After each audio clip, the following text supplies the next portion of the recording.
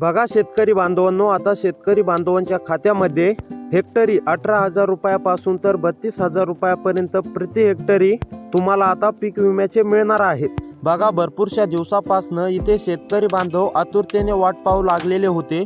आता त्या सर्व शेतकरी बांधवांसाठी आपल्या राज्याचे मुख्यमंत्री देवेंद्र फडणवीस यांनी जसं की बघा 5,32,727 कोटींचा निधी हा आता बँकांना देऊन टाकलेला आहे। शेतकरी बांधवांनो, तुमच्यासाठी सर्वात मोठी आनंदाची बातमी ही आता आपल्याला आजच्या व्हिडिओमध्ये पाहायला मिळणार आहे, कारण की महाराष्ट्र राज्यातील शेतकरी बांधवांसाठी अखेर सरकारच्या माध्यमातून खुशखबर या ठिकाणी देण्यामध्ये आली।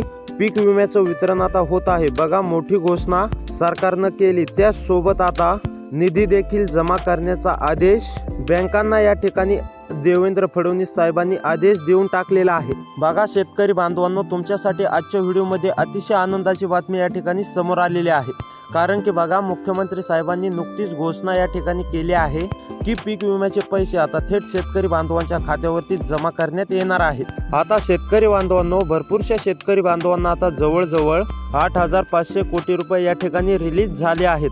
आता त्यातील 6,000 कोटीपेक्षा प्रत्यक्ष शेतकरी खात्यामध्ये शेतकरी बांधवांच्या इथे या ठिकाणी पोहोचलेले आहेत। राहिलेले पैसे पुन्हा 1 ते 2 दिवसाच्या आतमध्ये सर्व शेतकरी बांधवांच्या खात्यामध्ये पोहोचणार आहेत। तुम्हाला चिंता किंवा कसलीच काळजी करण्याची आवश्यकता पडणार नाही, असं स्वतः मुख्यमंत्र्यांनी सांगितलेलं आहे।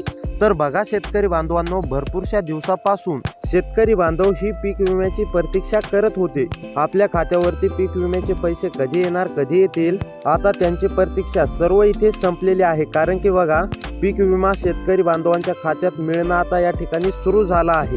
2020 ते 2024 पर्यंतचा प्रलंबित पीक विमा अखेर सरकारने आता वितरण करण्याला आज पासून इथे आता सुरुवात केलेली आहे। गेल्या 4 वर्षभरापासून शेतकरी बांधव त्यांच्या हक्काच्या पैशाची वाट पाहत होते।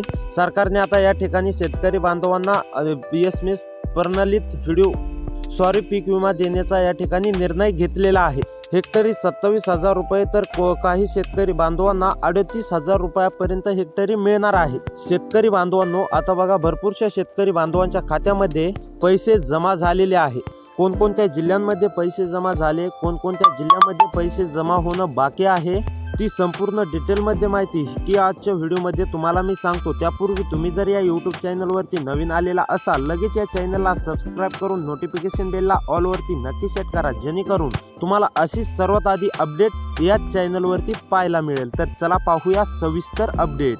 तर शेतकरी बांधवांनो, आज दुपार 12 वाजल्यापासूनच पैसे क्रेडिट होण्याला आणि पैसे टाकण्याला या ठिकाणी सुरुवात देखील झालेली आहे। तर मग आता बघा, तुम्हाला अजून जर का पैसे आले नसतील तर मग काय करायचं, आपल्या जिल्ह्यामध्ये वाटप कधी सुरू होणार, संपूर्ण माहिती तुम्हाला ही डिटेलमध्ये आजच्या व्हिडिओमध्ये पाहायला मिळणार आहे। तर व्हिडिओला फक्त शेवटपर्यंत नक्की पाहत चला, कारण की बघा शेतकरी बांधवांना चिंता किंवा काळजी करण्याची इथे गरज पडणार नाही। आता या जिल्ह्यामध्ये शेतकरी बांधवांना पीक विमा रक्कम या ठिकाणी जमा होणार आहे।